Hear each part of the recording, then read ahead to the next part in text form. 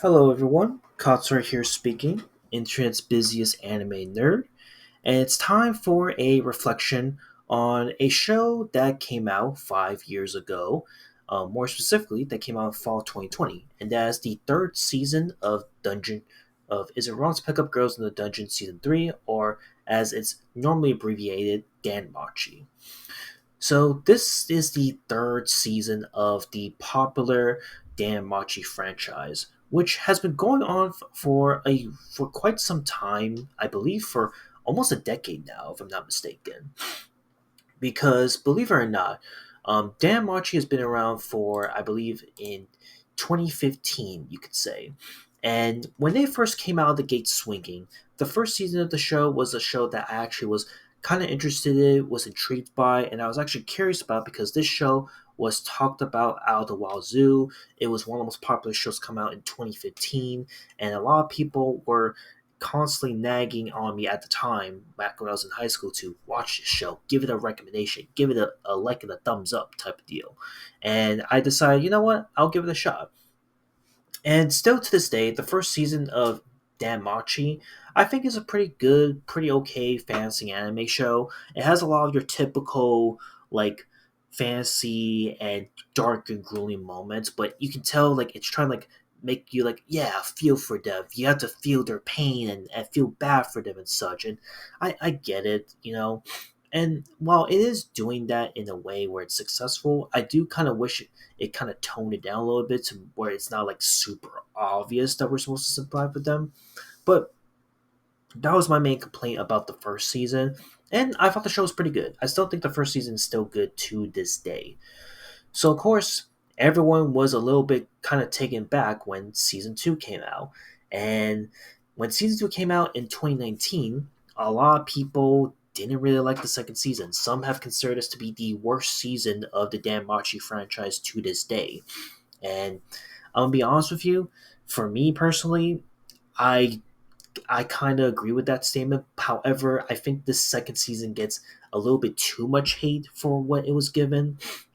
Yes, it was bad. It definitely is like not up to the same quality as the first season did, but it is like more tolerable to watch and in some way, shape, or form. And while I cannot really recall what happened the second season, I don't know. Maybe I gotta give the second season a shot. But for me, I didn't remember like hating this as much as I'm going to be talking about more mainly with the third season, which came out exactly a year after the second season came out. And believe it or not, um, the third season for me, in my personal opinion, is probably Danmachi at its lowest point, in my personal opinion. Because believe it or not, Danmachi season three for me is still to this day the least strongest season of the whole franchise, and for me, it still holds that title. It's still the weakest in the franchise to this day, and there's a good reason. For one, this show got pushed back tremendously due to the fact that it came out during the COVID pandemic year, which as a result may have been the main contributors to why the third season didn't do well, but who knows. The second reason why the third season still stinks and it's not that good is that there is so much exposition upon exposition upon exposition, which made the third season really hard to stomach, really hard to tolerate.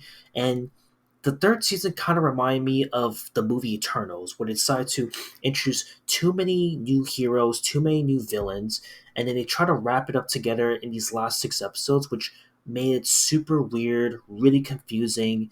And to this day, you have this third season too has one of the most underwhelming villains ever. That's super forgettable. Like, trust me, you're gonna meet this villain, you're gonna absolutely hate him and despise him, but then he gets killed off instantly with a fucking cartoon hammer. I'm not even joking. That's literally how he dies in the third season of this season. And it's such a shame because it had such a lot of momentum build up. There's clearly like some lore built to it. And I could tell like they were kind of cutting corners and like leaving a lot of the smaller details the about the monsters and the communication with monsters and people out of the anime adaptation.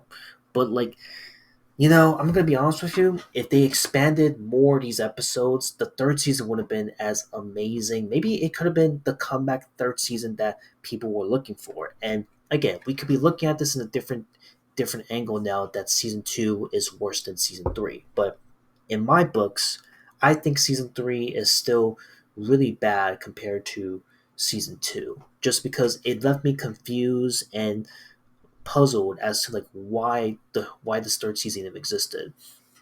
And what's kind of funny is that after the third season came out in 2020, it would be some time until season four comes out.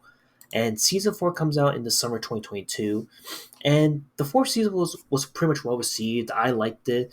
I thought it was like a pretty good return to form for them, but it wasn't like pushing the boundary. But it wasn't until season four, part two, that things took a different direction, and I absolutely loved it. I think that for me to this day, season four, part two of Danmachi is the best that the season has to offer. It's probably the best of and all their seasons up to this point. It's much darker, much grittier, and they actually decide to take it down to the simple basics when it comes to storytelling and um, lore building, and they did it pretty well, in my opinion.